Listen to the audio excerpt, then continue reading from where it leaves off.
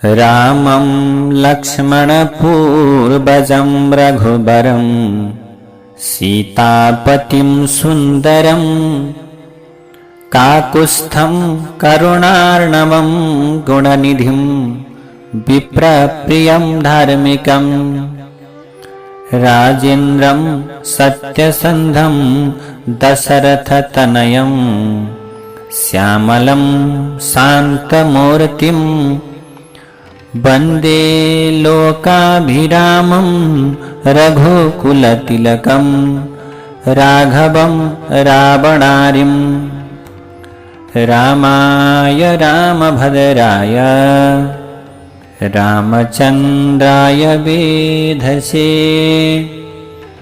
रघुनाथाय नाथाय सीतायाः पतये नमः। अब प्रभु राजा दशरथले आफ्नो प्रधानमन्त्रीले यसभन्दा पहिले बताए अनुसारका कुरालाई सुनेर विनय सम्पन्न रामले राजा दशरथसँग विनम्रतापूर्वक भन्नुभयो, हे पिताजी, मैले सबै प्रकारका भोगहरू यथार्थ रूपमा परित्याग गरिसकेको हुनाले अब मैले वनमा उपलब्ध हुने, वनमा जे पाइन्छ त्यही फल र कन्दमूल खाएर आफ्नो जीवन निर्वाह गर्नेछु। मैले सबै किसिमको आसक्ति छोडेको हुँदा मलाई सेनाको कुनै औचित्य छैन पिताजी। जसरी उत्तम उत्तम प्रकारका हात्ती दान गरेर त्यसको डोरीको लोभ गर्नु उचित छैन, जब हात्ती नै दान गरियो भने उसलाई बाँधेको डोरीको के औचित्य छ र त्यो डोरीमा के लोभ गर्न सकिन्छ र के लोभ गर्न उपयुक्त छ र पिताजी।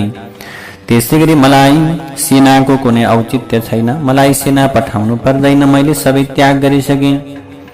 यसकारण मलाई दिने भनेका जति पनि सबै वस्तुहरू छन् ती सबै भरतलाई दिनुहोस् पिताजी, मैले यो अनुमति दिन्छु।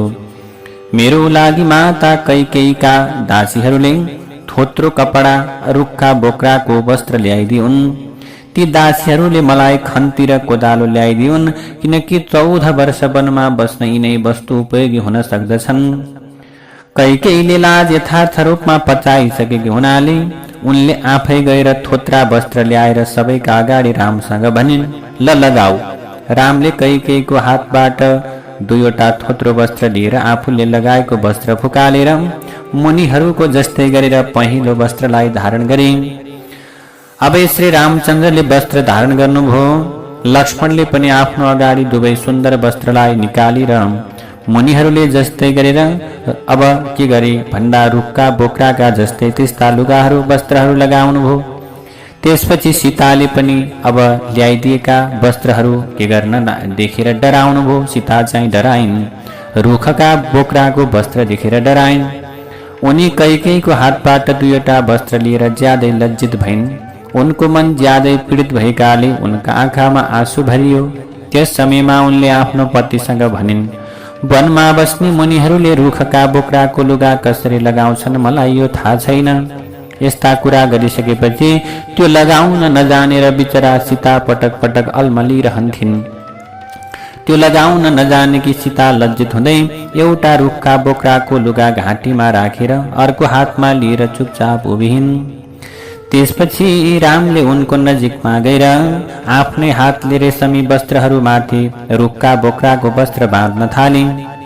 अब प्रभु सीतालाई रुखका बोक्राको वस्त्र लगाइँदै गरेका रामलाई हेरेर त्यहाँ भएका स्त्रीहरू आँसुका धारा बगाउन थाले। तिनीहरूले ज्यादै दुखी हुँदै रामसँग भने, आज सीतालाई यसरी वनवासको आज्ञा दिएको छैन हे रामचन्द्र। यसकारण हजुरले पिताको आज्ञा पालन गर्नका लागि वनमा बस्दासम्म यिनलाई हेरेर हाम्रो जीवन सफल हुन दिनुहोस्।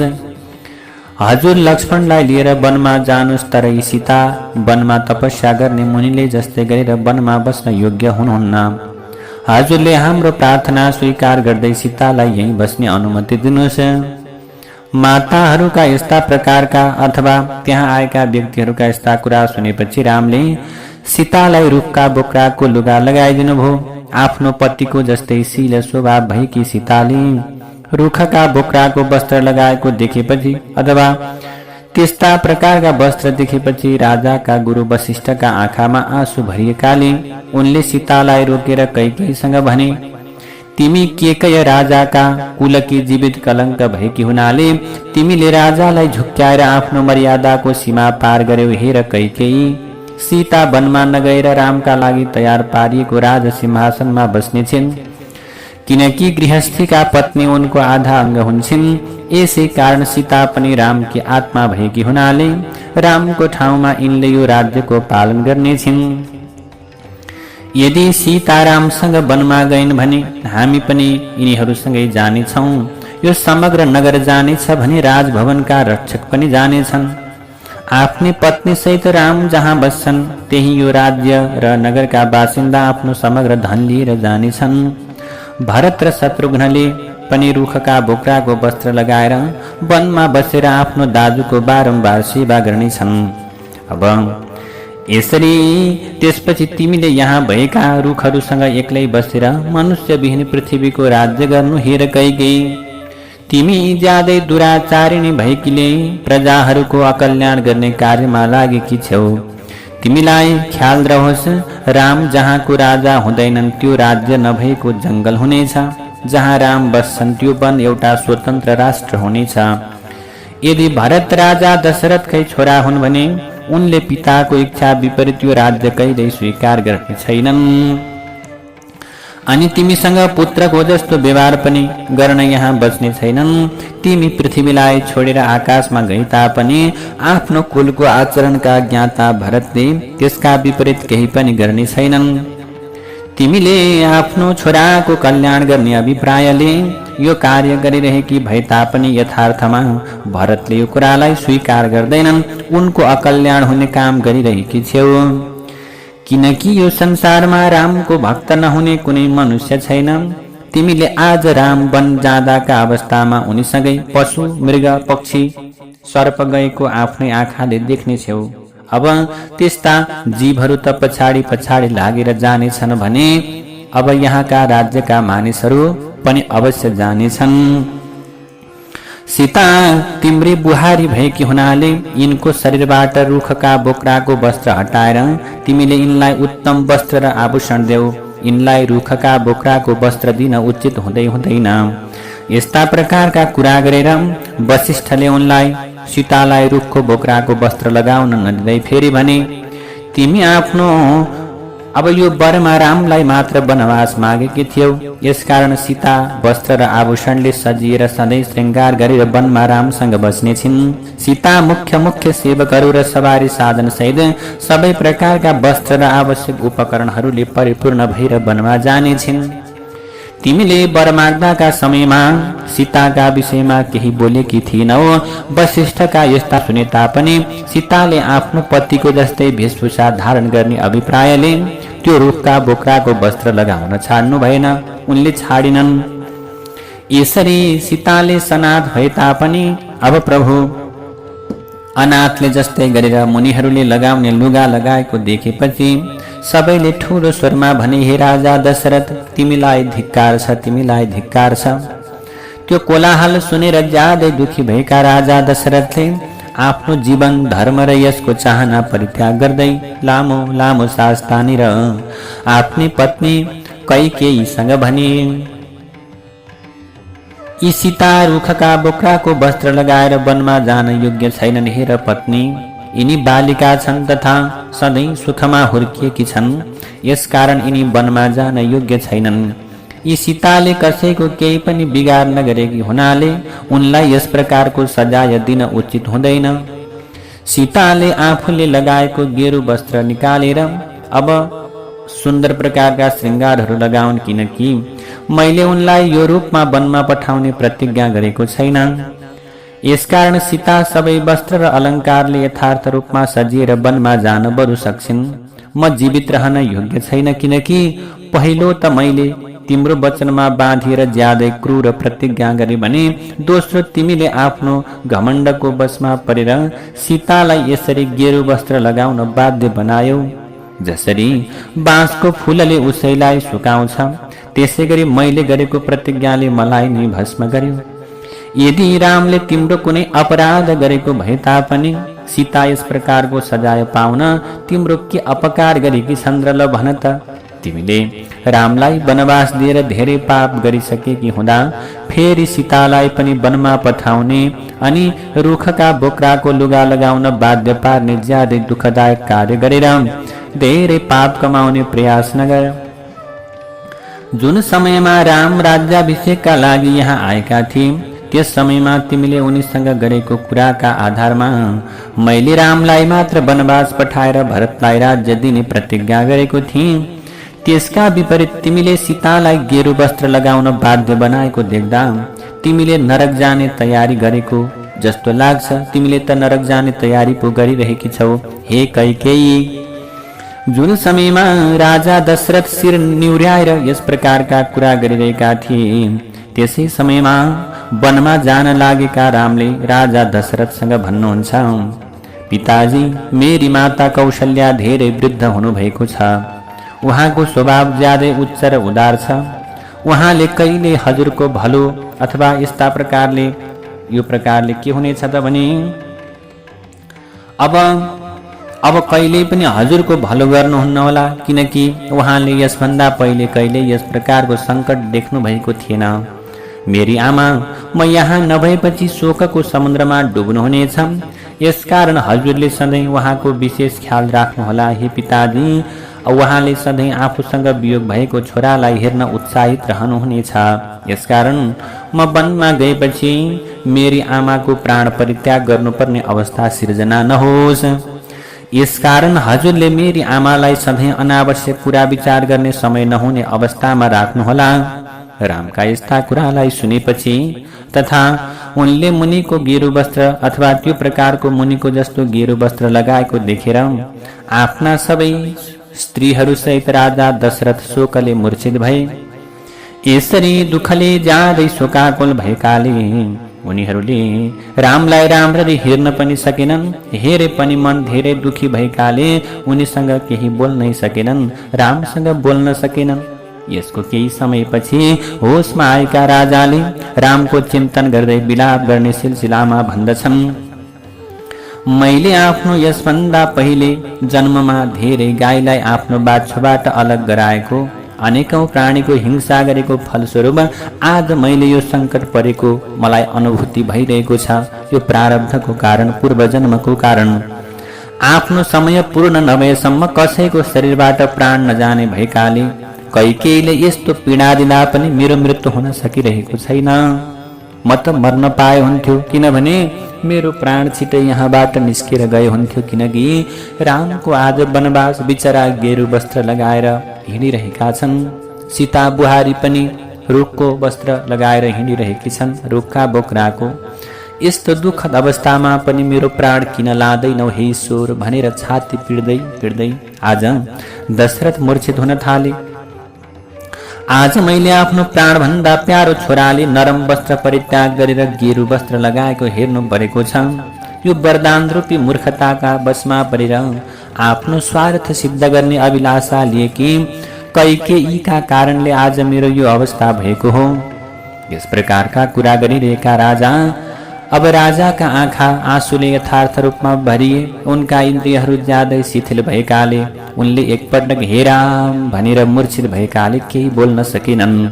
त्यसको केही समयपछि फेरि होसमा आएका राजाले सुमन्त्रसँग भने, तिमी एउटा ज्यादै उत्तम रथमा बसाएर यी रामलाई सहर बाहिरसम्म पुर्याइदेऊ हे सुमन्त्र। राजाका यस्ता कुरा सुनेपछि सुमन्त्रले तत्कालै उत्तम घोडाहरूले तानेको रथ ल्याएर हात जोडेर राजासँग भने, रामका लागि उत्तम घोडाहरूले तानेको रथ तयार छ महाराज। त्यसपछि राजा दशरथले तत्कालै आफ्नो कोषको अधिपतिलाई बोलाएर भने, तिमी तत्कालै सीतालाई 14 वर्षसम्म वस्त्र र आभूषण गनेर ल्याऊ।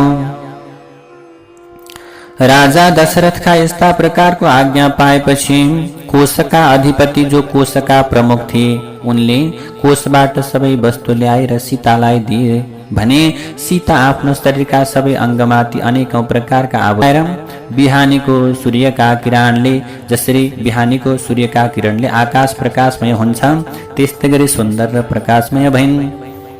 त्यसपछि कौशल्याले सीतालाई आफ्नो दाहिने हातले तानेर अङ्कमाल गर्दै भनिन्, हे मेरी बुहारी, जुन स्त्रीले आफ्नो पतिबाट सधैँ सम्मानित भएर पनि सङ्कटका समयमा उसको अपमान गर्छिन् तिनलाई यो संसारमा सबै मनुष्यले कुलटा दुष्ट भन्छन्। यो संसारमा भएका दुष्ट स्त्रीहरूको स्वभाव अनुसार उनीहरूले पहिले आफ्नो पतिबाट यथार्थ सुखलाई उपभोग गर्छन्, तर अब जुन समयमा आफ्नो पतिमाथि थोरै विपत्ति आइलाग्छ त्यस समयमा उनलाई दोष लगाएर छाडेर हिँड्छन्।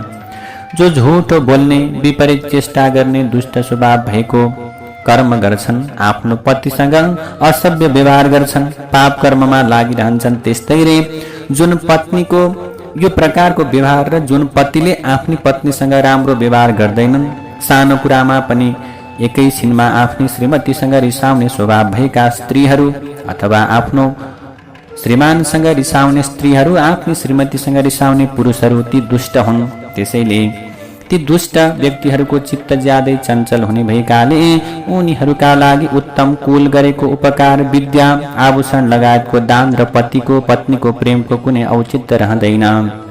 जसले यसका विपरीत सत्य, सदाचार, शास्त्रको आज्ञा, कुलका लागि उचित मर्यादालाई पालन गर्छन्, ती स्त्रीहरूका लागि, ती पुरुषहरूका लागि, स्त्रीका लागि पति र पतिका लागि आफ्नी पत्नी मात्र परम पवित्र र सर्वोत्कृष्ट देवता देवी हुन्छन्। यसकारण हे मेरी बुहारी, तिमीले मेरो छोरा रामको कहिले अनादर नगर्नु, किनकि यिनी जस्तो सुकै अवस्थामा रहे पनि तिम्रा लागि देवता समान हुन्छन्। रामलाई पनि कौशल्याले भन्दछिन्, हे मेरो छोरा, हे राम, यी बुहारीलाई कहिले दुःख नदिनु, कहिले नमिठो वचन नबोल्नु। कौशल्याका यस्ता प्रकारका कुरा सुनेपछि सीताले रुँदै हात जोडेर भन्दछिन्, हजुरले दिएको उपदेश हे मेरी आमा म यथार्थ रूपमा पालन गर्नेछु, किनकि मैले आफ्नो पतिसँग कस्तो व्यवहार गर्नुपर्छ भन्ने विषयमा यसभन्दा पहिले नै विस्तारमा सुनिसकेकी छु। हजुरले मलाई दुष्ट स्त्रीहरू जस्तो नसम्झिनुहोला, किनकि प्रकाश चन्द्रमाबाट अलग हुन सक्दैन। यसै गरी म आफ्नो पतिव्रता धर्मबाट विचलित हुन सक्दिन। जसरी बिना तारको बिना बज्दैन, बिना पाङ्राको रथ हिँड्न सक्दैन, त्यसै गरी नारी 100वटा छोराकी, पुत्रकी, छोरीकी आमा भए तापनि बिना श्रीमान सुखी रहन सक्दैनन्, श्रीमान पनि श्रीमती बिना सुखी रहन सक्दैनन्। यो संसारका नारीलाई पिता, दाजुभाइ र पुत्रले सीमित सुख दिन्छन् भने पतिले असीमित सुख दिन्छन्। आफ्नो पतिको सेवा म अवश्य पनि गर्नेछु। यसकारण मैले आफ्नी माता सहितबाट नारीका सामान्य र विशेष धर्मका विषयमा यथार्थ रूपमा सुन्ने अवसर पाएकी छु। हे आमा, यसरी पतिव्रताको महत्व जानेकी मैले कुनै पनि अवस्थामा मेरो श्रीमान, मेरो पतिको अपमान गर्ने छैन। सीताका यस्ता कुरालाई सुनेर ज्यादै शुद्ध अन्तकरण भएकी, ज्यादै शुद्ध मति भएकी कौशल्याका आँखाबाट हर्षका आँसु बरर बग्न थाले। त्यसपछि रामले आफ्नी माता कौशल्यालाई भन्नुभयो, हजुरले मेरो पितालाई कुदृष्टिले नहेर्नु हे आमा, यो वनवासको अवधि चाँडै सकिनेछ। यो 14 वर्ष त हजुर विश्राम गर्दा गर्छ, त्यसपछि एक म आफ्ना सूर्यदेवहरूले यथार्थ रूपमा घेरिएर सीता र लक्ष्मण सहित यहाँ आउनेछु। रामले यस्ता प्रकारका कुरा गरिरहेका समयमा राजा दशरथका रानीहरू चखेबाले जस्तै गरेर विलाप गर्न थाले। तिनीहरूको त्यो ज्यादै पीडादायक आवाज राजभवनमा चारैतिर गुन्जायमान हुन थाल्यो।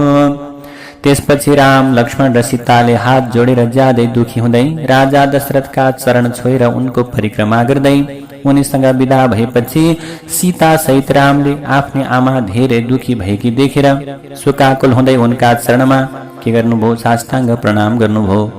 यसरी रामले प्रणाम गरेपछि लक्ष्मणले पनि पहिले माता कौशल्यालाई प्रणाम गरेर माता सुमित्रालाई प्रणाम गर्नुभयो। आफ्नो छोरा लक्ष्मणले प्रणाम गरिरहेको देखेपछि माता सुमित्राले पुत्रलाई अङ्कमाल गर्दै भनिन्, तिमीले आफ्नो दाजु राममा धेरै प्रेम भाव राख्ने भएकाले म तिमीलाई वनमा जानका लागि विदा गर्दैछु। हे मेरो छोरा, तिमीले आफ्नो दाजु वनमा यता उता जाँदाका अवस्थामा उनको सेवा गर्नु, किनकि राम जस्तो सुकै अवस्थामा रहे पनि उनै तिम्रो परम गति हुन्। आफ्नो आज्ञा पालन संसारका सत्पुरुषहरूको यो प्रकारको परम कर्तव्य हुने भएकाले तिमीले आफ्नो दायित्व पूर्ण रूपमा पालन गर्नु। हे बाबु, हे छोरा, दान दिनु, यज्ञको दीक्षा लिनु, युद्धमा शरीर त्याग्नु यो कुलको सनातन धर्म हो। आफ्नो छोरा लक्ष्मणलाई यस्ता प्रकारको उपदेश दिएपछि सुमित्राले वनवासमा जान लागेका रामसँग जाऊ जाऊ तिम्रो बाटो सधैँ मङ्गलदायक होस् भनेर शुभकामना दिइसकेपछि फेरि लक्ष्मणलाई भन्दछिन् सुमित्राले, अथवा यो प्रकारले भन्दछिन्, तिमी रामलाई आफ्नो पिता दशरथ, सीतालाई आफ्नी माता सुमित्रा र वनलाई अयोध्या सम्झँदै आनन्दपूर्वक यहाँबाट वनमा जाऊ हे लक्ष्मण। यसपछि जसरी अब मातलीले इन्द्रसँग कुनै कुरा गरे जस्तै गरी विनय भाव सम्पन्न सुमन्त्रले हात जोडेर रामसँग भन्दछन्, हजुरको कल्याण होस् हे प्रभु, हजुर यो रथमा निवास गर्नुहोस्, रथमा बस्नुहोस्, म हजुरलाई हजुरको अभिलाषा अनुसारको ठाउँमा तत्कालै पुर्याइदिन्छु। हजुरको 14 वर्षको वनवासको गणना आजैबाट आरम्भ हुनुपर्छ, किनकि कैकेयीले आजै वनमा जाने आज्ञा दिएकी छन्। त्यसपछि सीता उत्तम आभूषणले विभूषित भएर ज्यादै प्रसन्नतापूर्वक त्यो सूर्य जस्तै तेजस्वी रथमा चढिन्। आफ्नो पतिसँग वनवासमा जान लागेकी सीतालाई उनका ससुराले वर्षको गणना गरेर त्यसैका अनुसार वस्त्र र आभूषण दिएका थिए। यसै गरेर राजा दशरथले राम र लक्ष्मणलाई धेरै अस्त्र शस्त्र र कवच दिएका थिए। ती युद्ध सामग्री रथको पछाडिको भागमा राखेर उनीहरूले छालाले मोडिएका खन्ती र कोदालो पनि त्यही राखिदिए। यसपछि राम र लक्ष्मण तत्कालै त्यो रथमा सवार भए भने यसरी उनीहरू तीनैजना रथमा सवार भएको देखेपछि सुमन्त्रले त्यो रथ ज्यादै तीव्र गतिमा हाँक्न थाले। जुन समयमा राम धेरै लामो समयसम्मका लागि वनमा जान लाग्नु भएको थियो, त्यसै समयमा नगरका सबै बासिन्दा, सैनिक, दर्शकका रूपमा आएका बाहिरका मनुष्यहरू पनि मूर्छित भएर ढले रुँदैछन्, कराउँदैछन्, हे राम भन्दैछन्। त्यसै समयमा समग्र अयोध्यामा ज्यादै ठुलो कोलाहल मचियो, कोकोहलो मचियो। यसरी रामसँग वियोग भएकाले मदले ज्यादै उन्मत्त भएका हात्ती धेरै रिसाए भने घोडाहरू यता र उता दौडिँदै हिँडाउन थालेकाले तिनीहरूले घाँटीमा बाँधिएका घुँघुरुको आवाज सबैतिर गुन्जिन थाल्यो। अयोध्याका बालक वृद्ध सबै ज्यादै पीडित भएर रामको पछाडि पछाडि दौडिन थाले। तिनीहरूमध्ये केही मनुष्य रथको पछाडि र अगल बगलमा झुन्डिए। राम सबैका ज्यादै प्रिय भएकाले तिनीहरूले आफ्ना आँखाबाट आँसु बगाइरहेका थिए।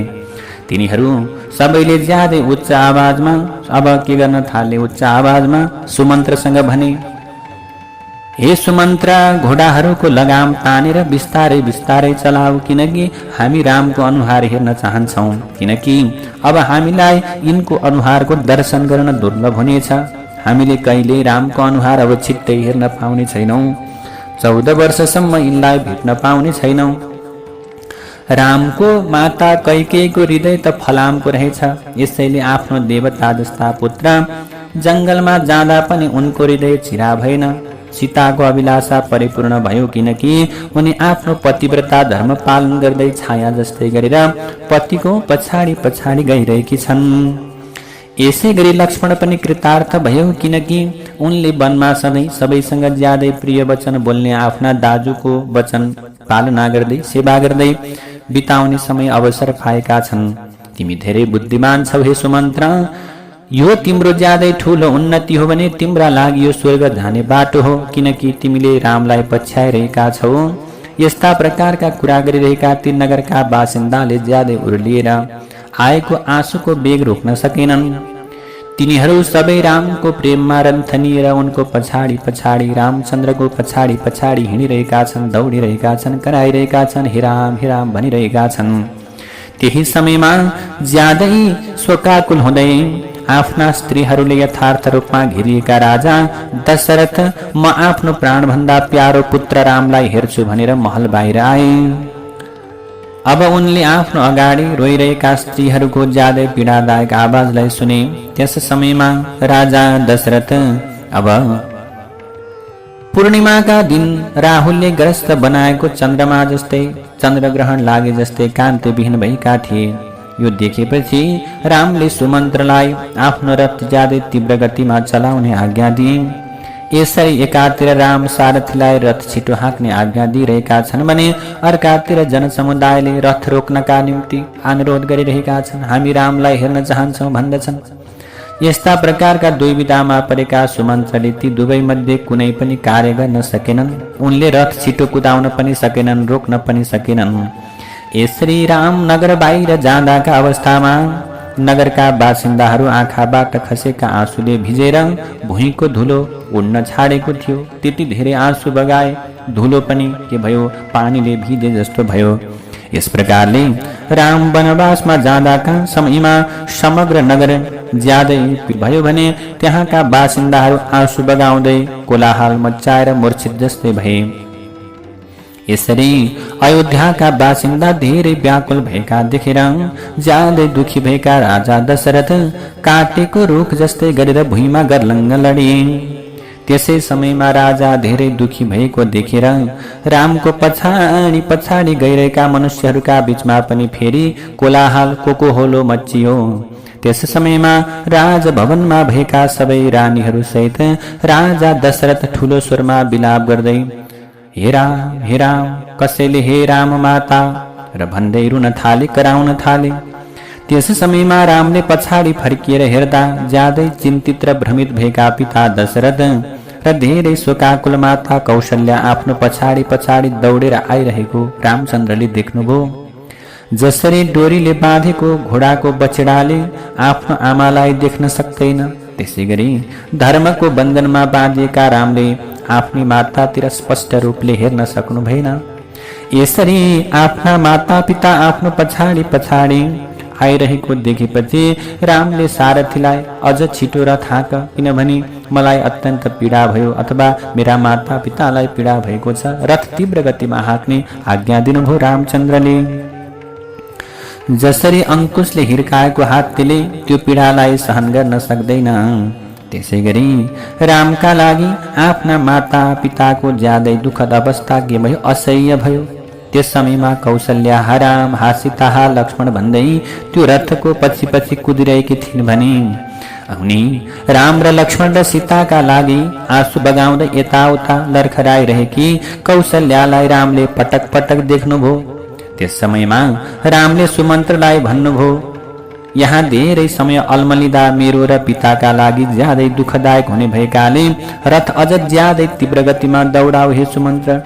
तथा तिमी यहाँ आइसकेपछि राजाले गाली गरे भने अथवा कुनै प्रकारले तिमीलाई केही भन्नुभयो पिताजीले भने पनि मैले हजुरको कुरा सुनिन हे महाराज भनेर भन्दिन। यदि दशरथले तिमीलाई घोडा किन छिटो दौडाएको, रथ किन छिटो हाँकेको भनेर कुनै दुर्वाच्य अथवा कुनै गाली गर्ने प्रयत्न गर्नुभयो भने मैले त हजुरको वचन सुनिन महाराज भनेर भनिदिनु। अन्तमा रामको आज्ञा पालन गर्दै सारथीले पछि पछि आएका मनुष्यहरूसँग अनुमति लिएर बिस्तारै हिँडिरहेका घोडाहरूलाई पनि ज्यादै तीव्र गतिमा दौडाए। राजा दशरथसँगै आएका मनुष्यहरू मनले रामको परिक्रमा गरेर शारीरिक रूपमा मात्र फर्किए, तर मनले होइन, किनकि त्यो उनको रथभन्दा पनि धेरै तीव्र गति सम्पन्न मन थियो। यसै गरी अन्य मनुष्यहरू मन र शरीरले नफर्किएर रामको पछि पछि कोही मनुष्यहरू गए। त्यस समयमा अयोध्यामा मन्त्रीहरूले राजा दशरथसँग भने, जो चाँडै फर्किउन् भन्ने कामना गरिन्छ उनको पछि पछि टाढासम्म जान उचित हुँदैन। त्यस समयमा राजा दशरथको समग्र शरीर पसिनाले भिजेको थियो, आँसुले भिजेको थियो। आफ्ना मन्त्रीहरूका यस्ता प्रकारका कुरालाई सुनेपछि उनले त्यही उभिएर ज्यादै दुखी हुँदै आफ्नो छोरा जंगलतिर गएको बाटोतिर हेरेर रुन थाले, कराउन थाले। दशरथ बिचरा हेरिरहेका छन्, जुन बाटोबाट रथगाडी बढिरहेको छ त्यही बाटो परसम्म हेर्दै आँसुले लुछुप्प भिजेका दशरथ ज्यादै दुखी हुँदै रुन थाले, कराउन थाले। श्रीराम राम रघुनन्दन राम राम, श्रीराम राम भरता ग्रज राम राम, श्रीराम राम रणकर कस राम राम, श्रीराम राम शरणं भव राम राम, दक्षिणे लक्ष्मणो यस्य वामी च जनकात्मजा, पुरतो मारुतिर्यस्य तं वन्दे रघुनन्दनम्।